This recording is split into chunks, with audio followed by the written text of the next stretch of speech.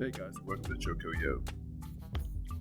The Neuse River does not care about county lines. It rises in the Piedmont near Durham and runs southeast for 275 miles, gathering tributaries and momentum, passing through what is now Johnston County east of Smithfield, running on through Wayne County and Lenoir County and Craven County, and finally emptying into the Pamlico Sound near New Bern. It has been doing this for a very, very long time.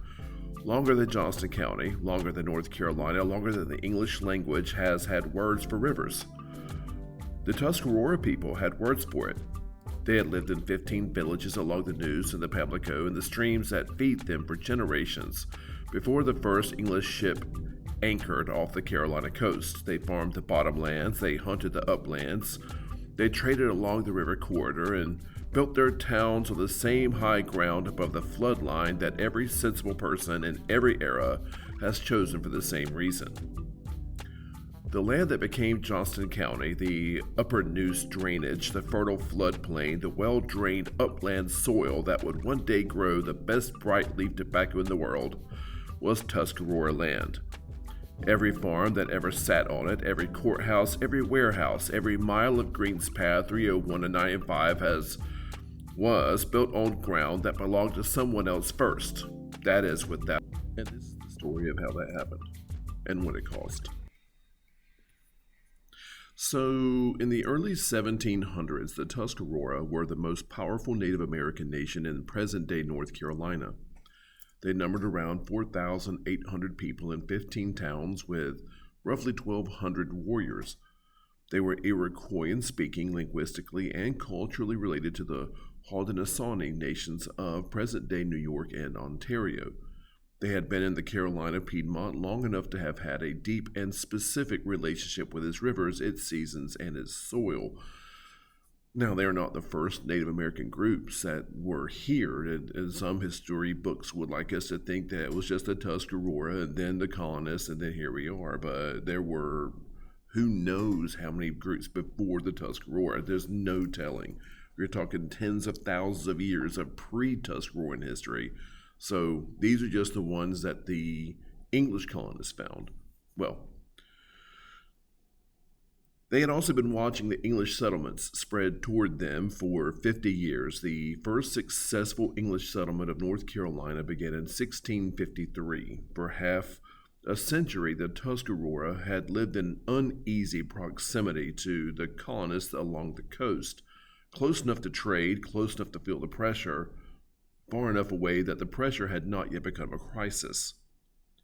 By 1710, the distance had closed significantly. A German baron named Christoph von Graffenried arrived with 400 Swiss and Palatine immigrants. Now, Palatine is from Switzerland, and founded New Bern directly on top of the Tuscarora town of Chatoka at the junction of the Neuse and Trent rivers. He had purchased what he believed was unoccupied land from the colonial government. The Tuscarora, who had been living there, understood the transaction quite differently. They moved. The settlers moved in. The Tuscarora sent emissaries to Pennsylvania in 1710, asking to relocate to the Susquehanna region. They were looking for a peaceful exit, a way to get ahead of what they could already see coming. Pennsylvania's commissioners met with them and then considered the request, and then they denied it on the grounds that the Tuscarora could not produce a certificate of good behavior from their North Carolina neighbors. Now, the North Carolina neighbors who were displacing them would not write them a reference letter. Pennsylvania turned them away, and so they went back home to the Neuse. In September 1711, John Lawson paddled up the Neuse River with Baron von Graffenried to enslaved black men and the intention of scouting sites for future settlements in the interior of Carolina.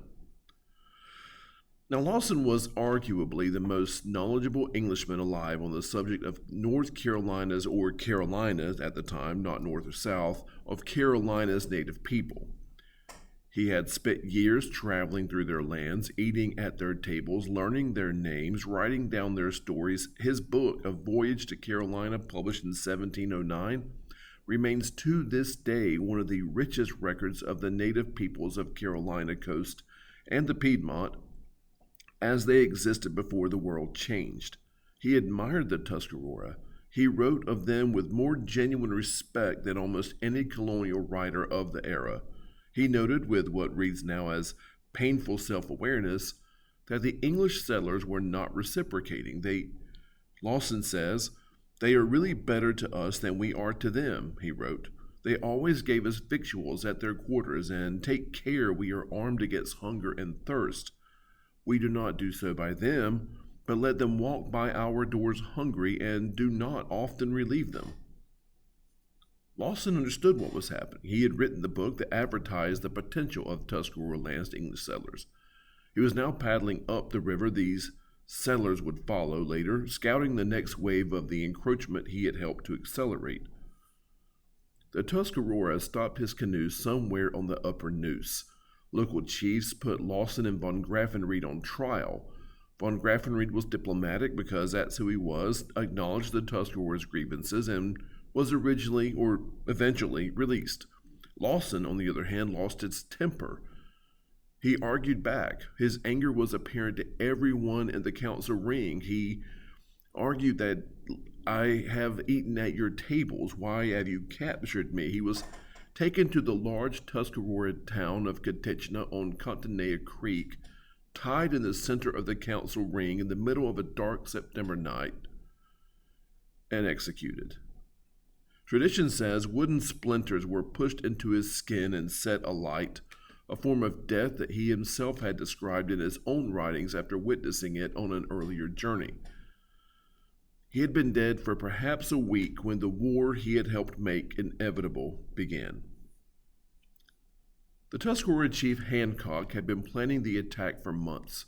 His warriors appeared at settler farms on the morning of September 22nd the way they always appeared, as familiar faces, traders, and neighbors, people whose presence at the door meant ordinary commerce and ordinary conversation. This is not odd. The settlers let them in. They had no reason not to.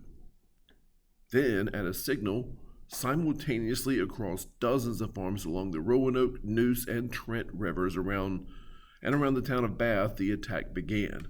More than 130 settlers were killed in 3 days. Women, men, children, farms burned, livestock driven off.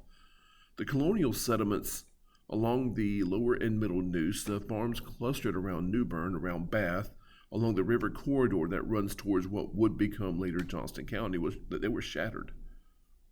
North Carolina's colonial government, already weakened by a year of internal political conflict, had almost nothing to respond with. No standing army, no militia worth the name, no money.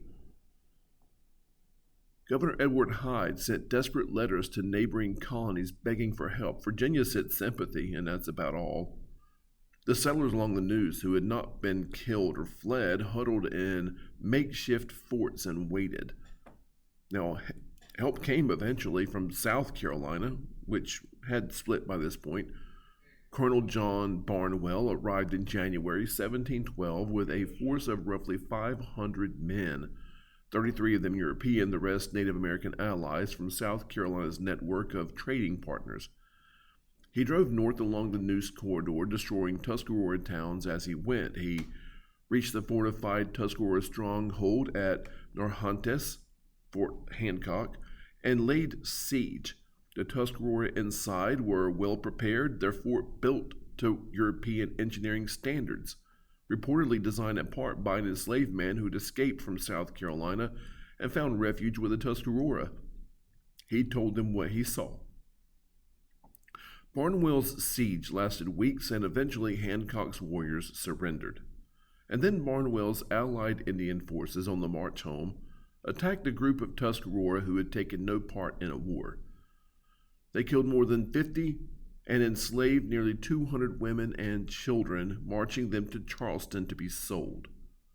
The Tuscarora who had stayed out of the war picked up their weapons and the fighting resumed. The Second South Carolina expedition arrived in March 1713, commanded by Colonel James Moore, Jr. He marched to Fort Neuse in present-day Greene County, Johnston County's neighbor, where the remaining southern Tuscarora had gathered behind the most formidable fortification in colonial North Carolina. Moore's forces besieged it for weeks, 3 of them, and on March 20th, 1713, they broke through. Now, what happened inside Fort Neuse in those final hours is documented in Moore's own reports and in the archaeological record that researchers have been excavating for decades. Roughly 950 people were killed or captured inside the fort. The captured, the majority of them women and children, were distributed among Moore's South Carolina Native American allies and sold into slavery. Chief Hancock was taken and executed. The southern Tuscarora, as a political entity, ceased to exist. Now, the northern Tuscarora, under Chief Tom Blunt, who had stayed out of the war and had actually assisted the English by capturing Hancock, were eventually confined to a small reservation on the Roanoke River. He found out that allying with the English did not pay off the way he hoped. Over the following years, most of them made their way north, walking and paddling and walking again until they reached the territory of the Haudenosaunee in present-day New York. In 1722, they were formally adopted as the 6th nation of the Iroquois Confederacy. They're still there. The Tuscarora Nation of New York has a reservation in Niagara County, 12 miles from the Canadian border. If you want to understand where Johnston County came from, that reservation, that community of people on the far shore of Lake Ontario, yeah, that's actually Johnston County people. Before there was Johnston County, of course. Now, the Tuscarora War ended in 1715. Johnston County was founded in 1746. Between those 2 days, the land along the upper Neuse that had been Tuscarora territory was surveyed, divided into grants, and settled. The first land grants that in what became Johnston County appeared in the 1740s. People like William Caraway and John Bettis and Thomas Avra, whose names appear in the county's land records, laying out farms on bottomland that the Neuse had been building for millennia and the Tuscarora had been farming for generations. None of the land grant documents mention the Tuscarora, not a one. They describe the land as if it had always been empty, waiting for the Europeans. It had not been empty or waiting. The arrowheads that surface in Johnston County fields after a hard rain are the record that the documents leave out. John Lawson had seen this coming. He wrote it down. He didn't know that he was going to be an integral part of it. He died on the river that he had helped make famous, killed by the people whose fate his writing had helped seal. His book survived him by 3 centuries, and is still the best first-hand account of the world that existed along the Neuse River before 1711. The Tuscarora that he described, their towns, their crops, their ceremonies, their particular way of reading the river in the sky is gone from these river bottoms, and had been here for thousands of years. What replaced it is Johnston County. The tobacco farms, the grist mills, the courthouse, the doughboy statue, and the podcast as talk to you right now, all of it sits on Tuscarora ground. And it was somebody else before then. The Neuse doesn't care about that either. It just keeps running southeast. The same 275 miles it's always run, carrying whatever the land gives it toward the sound. It ran past Tuscarora towns and colonial settlements, and tobacco warehouses, and interstate overpasses, and it will run past whatever comes next. It was here before the first word of the story, and it'll be here long after the last one. That's either comforting or it isn't. It depends on who you are and what you think you're standing on. Either way, this land is your land, and this land is my land, and this is JoCoYo, and y'all be good.